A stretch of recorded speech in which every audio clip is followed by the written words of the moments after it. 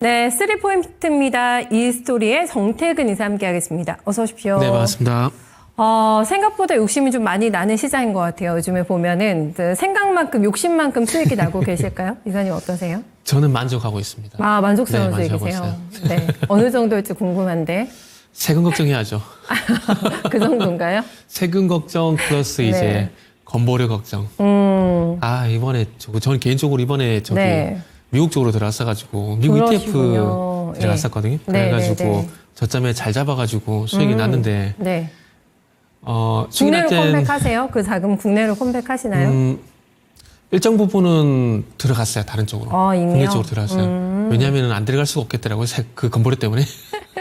네, 기쁜 마음으로 또 네. 세금을 낼 예정이시라고 하는데 정말 두둑하게 아니, 이미 최근에 떼갔더라고요. 그러니까요. 네, 수익을 챙겨주고 있는 우리 시장입니다. 더 수익을 극대화할 수 있는 전략 노리고 계시잖아요. 세 가지 포인트 보면서 전략 챙겨 듣겠습니다. 원 포인트 먼저 보시죠. 네, 새 정부의 증시 부양 기대감에 2,900선에 육박을 하고 있는 시장입니다. 3,000포인트로 가는 열차가 이사님 무궁화호라면 감흥이 조금 떨어질 텐데 지금 네. 승차감이 굉장히 좋은 저희가 KTX를 타고 있거든요. 그죠. 2,900선이 바로 눈앞에 보이고 있는 상황인데 오늘 조금 속도 조절이 나오네요.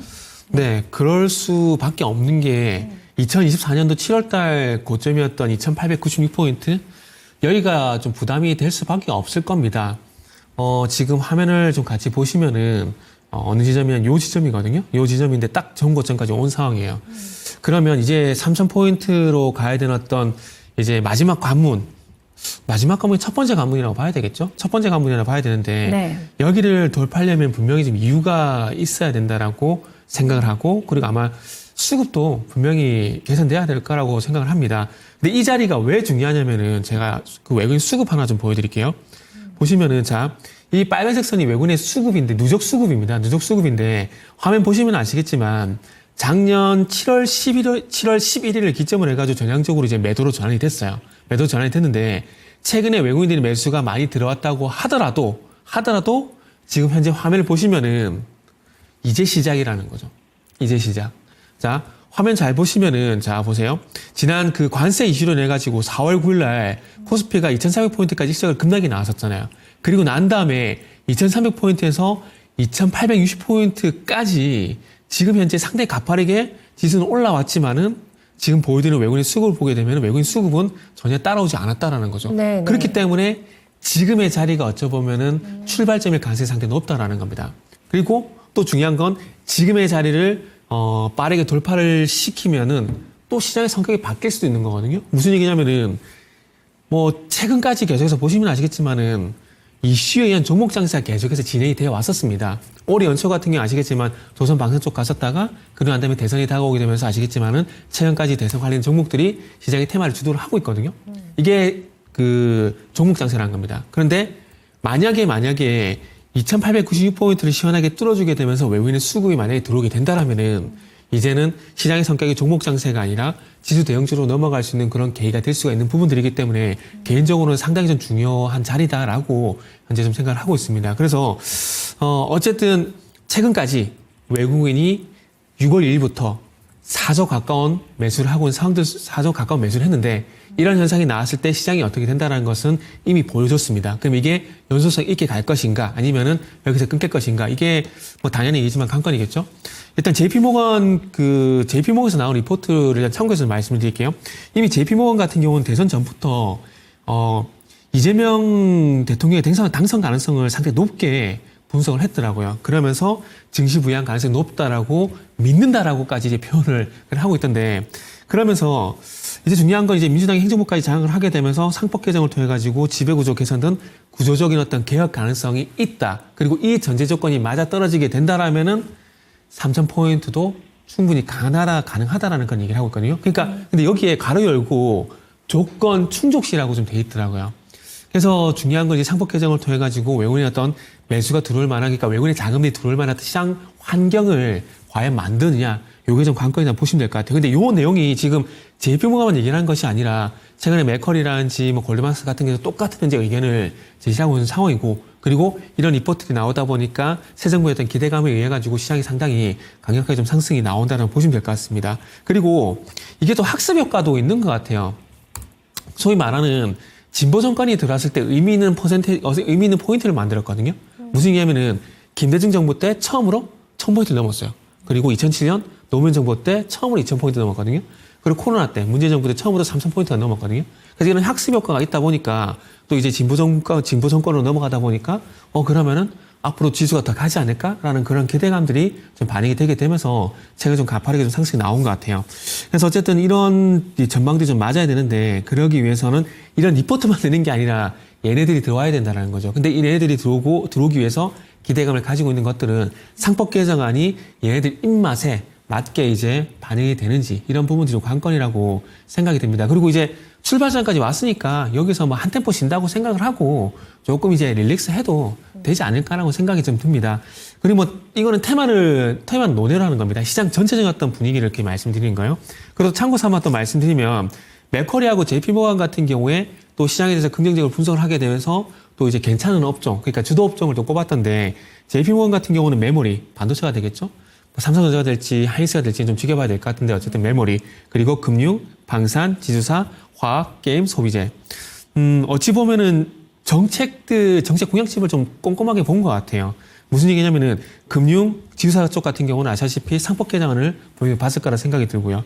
그리고 게임이라든지 소비재 쪽 같은 경우는 내수 부양이라든지 그리고 이제 스테이블 코인이라든지, 지금 게임 쪽 같은 경우도 새로운 모멘텀이 있어야 되거든요. 근데 개인적으로 뭐 NFT라든지 이런 어떤 새로운 트렌드가 좀 반영이 되게 되면은 과거 2014년도에 온라인에서 모바일로 넘어갔던 시절처럼 아마 또 새로운 어떤 또 이제 불씨가 되지 않을까, 뭐 그런 생각이 좀 들더라고요. 그래서 JP모건이 이렇게 좀 보고 있고, 맥커리 같은 경우는 조선 방산 원전, 그리고 종목으로는 뭐 SK 하이닉스, 삼바, 그리고 하이브, 파마 리서치를 보고 있더라고요. 만약에 JP모건과 맥커리의 의견이 겹치게 된다면 SK 하이닉스가 간다는 결론이 나오게 되는데, 그렇게 되는지 한번 지켜봐야 될 것 같고, 일단 공통적으로 보고 있는 것은 방산, 이게 겹치고 있다는 것들을 한번 참고를 해보시면 좋을 것 같습니다. 오늘 뭐 그러려고 그런 건 아니지만 오늘 방산이 상당히 좀 강한 모습을 연출이 되고 있는데, 그러네요. 네. 그래서 아마 하나에어스페이스가 아마 이번에는 100만 원을 한번 넘지 않을까, 30분처럼 뭐 지금 그렇게 보셔도 될 것 같아요.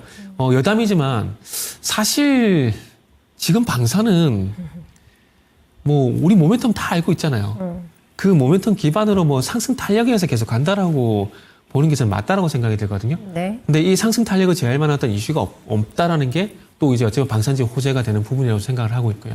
그래서 결론은 뭐냐면은 일단 이제 출발점에 왔다라는 겁니다. 출발점에 왔고, 그 출발점이 2024년 7월달 2,896포인트에 지금 이제 다가온 상황들이기 때문에 여기서 바로 갈 건가 아니면 좀 쉬었다 갈 거냐 고민은 분명히 나올 수가 있다는 거죠. 그렇기 때문에 여기서 리프레시 정도는 한번 해보는 거, 그러니까 포트폴리오 조정 같은 경우를 한번 해보는 것도 좋지 않을까라고 말씀을 좀 드릴 수 있을 것 같네요. 네, 다만 그 리프레시 기간이 너무 길지 않기를 바랄 네네. 뿐이고요. 저희가 6만 원대 이제 삼성전자, 지금 지수는 네네. 3,000대, 그리고 하나에어로스페이스는 100만 원, 요 두산에너블레이티 기준으로 하면 뭐 5만 원. 요거 언제 넘나 계속 이렇게 보고 있는 상황이잖아요. 하지만 밀당, 즐거운 밀당 속에서 결국에는 갈 거다라는 자신감을 바탕으로 해서 시장 분석해 주신 것 같아요. 조금 시간도 빨리 왔으면 하는 바람입니다. 두 번째 투포인트로 넘어가겠습니다. 네, 연결이 됩니다. 앞에서 네. 뭐 조건 충족 시라는 표현을 쓰셨는데 그게 아마 코리아 디스카운트 해소가 되겠죠. 네, 그래야지만 네네. 조금 더 외국인들의 베팅이 있을 겁니다. 12일이고 늦어도 이번 달 안에는 2주 안에는 지금 상법 개정과 관련해가지고 본회의 처리 목표를 하고 있는 상황이고 해놓은 말이 있잖아요. 네, 그렇죠. 빨리 하겠다라고 얘기했습니다. 그리고 이것뿐만 아니라 모든 정책의 속도감이 굉장히 있어요. 네네. 뱉은 말을 지금 실현하려고 노력하는 게 네네. 눈에 보이는 상황인데 이번에는 제동 안 걸리고 무사 통과할까요? 상법 개정안? 네. 그동안은 어찌 보면은 전 정부 같은 경우에 그 대통령이 거부를 하게 되면서 일단은 그런 상황이었잖아요. 근데 네. 지금은 뭐 대통령부터 이제 그쪽과 같은 야당, 그 더불어민주당이기 때문에 지금은 뭐 된다가 아니라 될 수밖에 없다라고 좀 말씀드려야 될 것 같아요. 그래서 12일 날 형사소송법 개정안과 동시에 이제 상법 개정안까지 일단 처리를 한다 그러니까 아마 될 가능성은 상당히 높다라고 좀 봐집니다. 그리고 이제 외국인들이 이제 이 내용들을 봤을 때 아마 긍정적으로 좀 평가를 하지 않을까 좀 생각이 드는데, 일단 이사 충실 의무, 요거는 잘 아시다시피 전체 주주로 이제 확대가 되게 되죠. 그러면서 전체 주주 이익 공평하게 이제 대우하는 부분들이 있고, 그 다음에 자산 규모 같은 일정 조건이 이제 반영이 되게 되면은 이제 전자주총도 의무화가 진행이 되고, 이게 네. 원래 나왔던 상법 개정안인데 여기서 더 플러스가 된 게 아시다시피 3%를 감사위원 선임 시에는 최대 주주의 의결권을 3%로 제한하는 부분들, 그리고 사내 이사를 독립이사로 명시를 변경하는 부분들, 그리고 분리선출 감사위원 이사수 확대, 그리고 집중투표제 도입, 이사회 구성 다양화. 그러니까 어찌 보면은 이게 좋게 해석을 하게 되면 지금 내용들이 이사회 구성의 다양화라든지 3% 룰이라든지 독립이사 명칭이라든지 변경하게 됐을 때, 그러니까 좋게 해석하게 되면 다양한 의견들이 이제 반영되실 만한 그런 루트가 열렸다는 것들이 좀 될 수가 있는 거죠. 그런데 이런 건전한 이런 그 다양한 의견이 반영이 되게 되면서 그런 것들이 주주 환원책으로 연결이 되게 되고, 그리고 주가 부양을 하기 위한 어떤 회사의 노력들이 반영된다라면 상당히 베스트지 않을까라는 생각이 들어요. 근데 그 반면에 약간 이게 걱정이 되는 것들은 뭐냐면은 네. 전체 주주 이익 공평하게 대우. 그러니까 이걸 했을 때도 공평하게 하는 거고, 안 됐어도 이게 공평하게 안 좋은 부분이 될 수 있는 거거든요. 그러면은 만약에 기업들이 지금 이런 상황들을 제가 봤을 때 그게 좋게 생각은 하지 않을까라고 봐요. 이게 저는 개인적으로 업보라고 생각을 하고 있는데, 왜냐하면은 우리나라는 주주 환원책이 너무나 인색해요. 단적으로 저는 개인적으로 주식을 늘리고 쪼개는 걸 별로 좋아하진 않거든요. 이게 만약에 주가에 도움이 된다라면 미국 기업들이 자사주 소각을 왜 할까요? 정말 애플이라든지 중국의 굴지 기업들 같은 경우는 주주 환원책을 자사 소각 상당히 적극적으로 하고 있잖아요. 그러니까 왜 상반되는 걸 할까요? 그러니까 이 주식을 늘리고 쪼개는 것이 EPS 관점에서 보더라도 주주들한테는 저는 개인적으로 전혀 도움이 안 된다라고 봅니다. 그래서 그런 것들을 좀 안 했으면 좋겠고, 그리고 원래 물적 분할 같은 경우도 아시다시피 돈 안 되는 사업을 잘라내게 되면서 재무제표를 좀 더 말 그대로 건전하게 만들어서 조금 더 이제 긍정적인 평가를 받겠다는 용도로 사용되는 건데, LG엔솔 사태만 보더라도 돈 되는 사업부를 이제 물적 분할해가지고 자기네 100% 지배해가지고 기존에 그거를 보고 매수한 사람들이 피해를 볼 수밖에 없는 그 주주 환경을 만들었다는 거, 이건 제가 볼 때 업보라고 봐요. 그렇기 때문에 지금 아마 기업들 입장에서는 이런 내용들이 마음에 안 들 거라고 봅니다. 그러나 이런 것들을 계기로 해서 이런 법이 없더라도 기업들이 스스로 주주 환원책에 나설 수 있는 그런 환경을 스스로 만들어 간다라면 제가 볼 때는 이런 거 필요 없다라고 봐요. 그리고 아마 이 상법 개정을 통해서 이사회 구성 다양화라든지, 그리고 이사 충실 의무가 바뀌게 되면서 회사의 어떤 오너와 주주와의 충돌은 저는 개인적으로 불가피하다고 봅니다. 그래서 초반에는 부작용이 상당히 있을 가능성이 저는 개인적으로 높다라고 생각을 하고 있고요. 그리고 또 한 가지 아쉬운 게 있는데, 대선 때는 그 얘기를 했었잖아요. 배당소득세 분리과세. 근데 그거를 양쪽 후보다 이거를 슬그머니 후퇴하거나 빼버렸더라고요. 사실 주주 환원책이란 게 빤하잖아요. 자사주 소각, 배당인데 만약에 기업의 배당을 더 이끌어내려면은 이런 배당소득 분리과세 같은 것도 같이 동행이 됐으면 좋지 않을까 생각이 들고, 그리고 이 원칙적 자사주 소각, 이거를 강제하는 게 조금 어폐가 있긴 하지만 어쨌든 이게 자율적으로 되기 전까지는 약간의 강제는 좀 필요하다고 생각이 들거든요. 필요하다고 생각이 드는데, 이번에 상법 개정안에 원칙적 자사주 소각도 내용을 좀 빼버렸더라고요. 제가 이걸 왜 말씀드리냐면은, 자, 기업을 운영을 잘하게 되면 자연스럽게 그런 것들이 주주한테 오는 것들이 분명히 있겠지만은, 기업들이 잘 되게 되면서 대주주 오너와 그리고 일반 주주들이 같이 공유할 수 있는 방법은 제가 볼 때는 주주 환원책밖에 없다라고 봅니다. 그런 관점에서 봤을 때 배당소득세 분리과세라든지, 그리고 원칙 자사주 소각 이런 내용들이 빠졌다라는 게 개인적으로 좀 아쉬워요. 그런데 제가 자사주 소각에 대한 부분을 왜 말씀드리냐면은, 제가 예를 들어 볼게요. 최근에 증권주가 간 이유가 뭘까요? 경기 부양에 대한 기대감도 분명히 있습니다. 그러나 자사주 소각도 분명히 있다라고 봐요. 왜냐하면은 신영증권 같은 경우는 자사주 비율이 52%잖아요. 그러니까 이번에 자사주 소각 원칙에 대한 얘기가 나오다 보니까 당연히 자사주 많은 기업들이 그에 이제 반영이 되게 되면 주가가 급등했다는 거거든요. 그런데 만약에 자사주 소각이 이 상법 개정에 포함이 안 되게 된다. 그 모멘텀은 소진했다는 얘기가 될 수밖에 없는 것들이잖아요. 그렇죠. 그죠? 그렇죠. 그러면은 만약에 저 PBR 관련 종목들은 간다고 치더라도 아마 자사주 소각 기대감에서 갔던 종목들, 배당소득세 분리과세 때문에 갔던 종목들 같은 경우는 더 갈 만한 힘이 빠져버렸다는 거죠. 그런 종목들 같은 경우는 개인적으로 이제는 조금 조심해야 되지 않을까라는 생각이 들고, 그리고 뭐 작년 같은 경우에 밸류업 지수 도입한다는 얘기가 나오게 되면서 그런 부분인데, 이번 정부도 그걸 좀 그 정책을 좀 이어가지고 조금 이제 붐업을 좀 시켰으면 좋겠어요. 개인적으로 저는 밸류업 지수 처음 나올 때 약간 부정적으로 말씀드렸거든요. 네. 왜냐하면은 요거만 말씀드리고 마무리할게요. 제가 이렇게 자꾸 말이 길어져가지고 그 예전에 K탑 30지수 있잖아요. 한국판 다우지수 만들었잖아요. 네네. 그거 지금 사용하나요? 그죠? 네. 그러니까 이렇게 된다는 거예요. 아. 만들고 나서 정책적으로 같이 정권이 바뀌든 안 바뀌든 계속 밀고 가야지 안 밀고 가면 이렇게 된다라는 거죠. 그래서 밸류업 지수가 유명무실하게 되면은 분명히 네. 이번에 이제 주주 환원책 같은 거 유명무실될 가능성이 있기 때문에 정책 같은 영속성 측면에서 뭐 이런 자산 소각이라든지 그리고 배당 속세 같은 주주 환원책을 살릴 수 있는 그런 정책들을 좀 밀고 나가주셨으면 좋겠다라는 개인적인 소회를 말씀드렸네요. 국회 말합니다. 시간인 것 같았어요. 네. 어쨌든 주주들의 이익을 위해서 조금 세심하게 디테일한 부분까지 네네. 신경을 조금 더 써달라라는 부분 언급해주고 있는데 뭐 지주사뿐만 아니라 저 PBR의 범위 꽤 넓거든요. 뭐 그쵸. 보험, 지주, 자동차도 이제 포함이 될 것 같고 오늘 네네. 괜찮잖아요. 좀 폭넓게 보시면서 정말 찐수혜주들을 찾아내는 작업 계속 해 나가셔야 될 것 같습니다.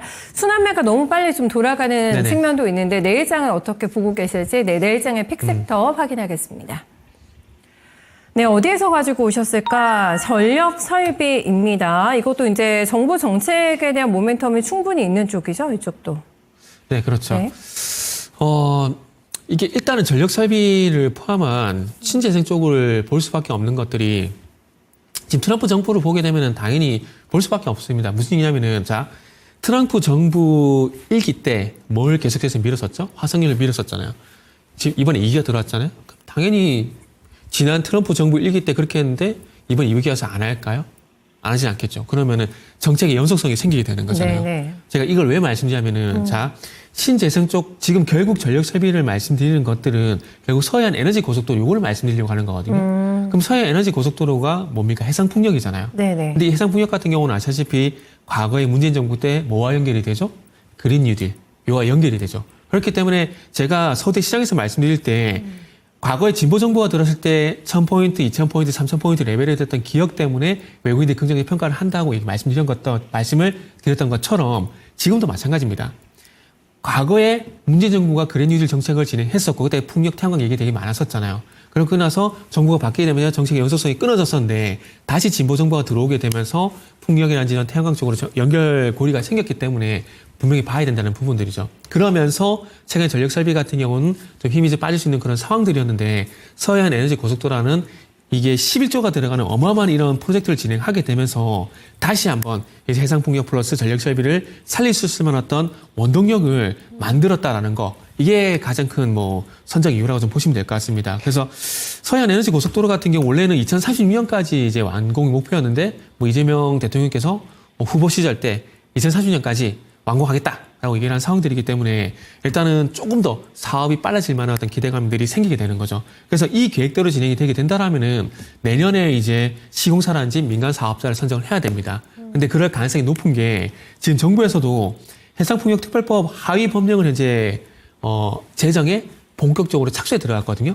그래서 이게 10월 달에 아마 법안 초안이 도출이 될 거예요. 그래서 이런 식으로 이제, 맞아 들어가게 된다라면은 아마 방금 조금 전에 말씀드렸듯이 이 서해안 에너지 고속도로 같은 경우는 2030년 환경 목표로 조금 더 빨리 진행될 가능성이 높다라는 거죠. 그렇게 본다라면 당연히 해상 풍력 쪽 같은 경우도 뭐 CS 윈드라든지 두산 에너빌리티라든지 이런 기업들을 봐야 되겠지만 최근에 이제 약간 조금 분위기가 식어 있는 전력 설비 같은 경우는 정책 모멘텀이 반영이 되게 되면서 네, 또 갈 수 있다라는 거죠. 그래서 이 서해안 에너지 고속도로에서 봐야 될 부분이 두 가지입니다.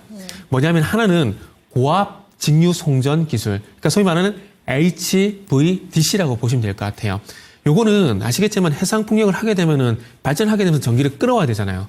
그러면 이 전기를 끌어오는 게 계속 해저 케이블인데 이 해저 케이블을 가지고 이제 말 그대로 전류를 이제 송전하는 그런 기술이라고 좀 보시면 될 것 같아요. 그리고 또 중요한 것은 이제 그 해저 케이블을 바다 밑에 까는 이 배가 있거든요. 그걸 포설선이라 그러는데 그래서 이번에 서해안 에너지 고속도로의 핵심은 두 가지인 거죠. HVDC 그리고 포설선 이 두 가지다라고 보시면 될 것 같아요.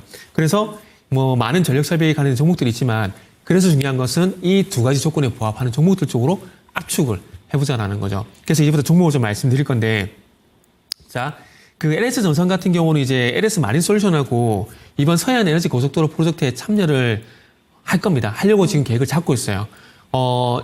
동해안에서 수도권으로 전력을 끌어오는 이 에너지 고속도로 에너지망 관련돼서도 이제 에너지 공급망 관련돼서도 사업을 이제 같이 진행하거든요. 그렇기 때문에 LS 마린 솔루션 같은 경우는 당연히 서해안 에너지 고속도로 관련돼 가지고 보셔야 됩니다. 그래서 HVDC 관련된 종목이기 때문에 봐야 되고, 그리고 최근에 LS 마린 솔루션이 아시겠지만 유상증을 통해서 포설선을 이제 건조하게 되잖아요. 그쵸. 그럼 방금 네. 말씀을 드린 대로 HVDC 그리고 포설선 이 두 가지 모멘트에 맞물리기 때문에 일단 LS 마린 솔루션을 보셔야 됩니다. 그래서 오늘 8.8% 현재 주가 흐름이 연출이 되고 있는데, 이거 오른 거 생각하지 마세요. 생각하지 마시고, 왜냐면은 뭐 어떤 부분을 봐야 되냐면 지금의 가격, 이 차트 좀 보여주세요.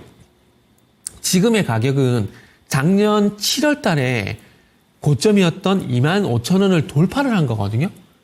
돌파를 했다는 얘기는 무슨 얘기죠? 신고가잖아요. 신고가. 지금 화면에 나가고 있죠? 차트 보시면 아시겠지만 작년 7월 달 고점을 이제 돌파가 된 거예요. 그렇기 때문에 새로운 영역으로 진입이 된 거기 때문에 지금 많이 오른 게 사실이지만 그럼에도 불구하고 새로운 영역으로 진입이 된 상황이기 때문에 요거는 지금도 무조건 관심을 가질 수 있는 종목이라고 말씀드리고 싶고요. 증자 비율 낮출 가능성 있습니까?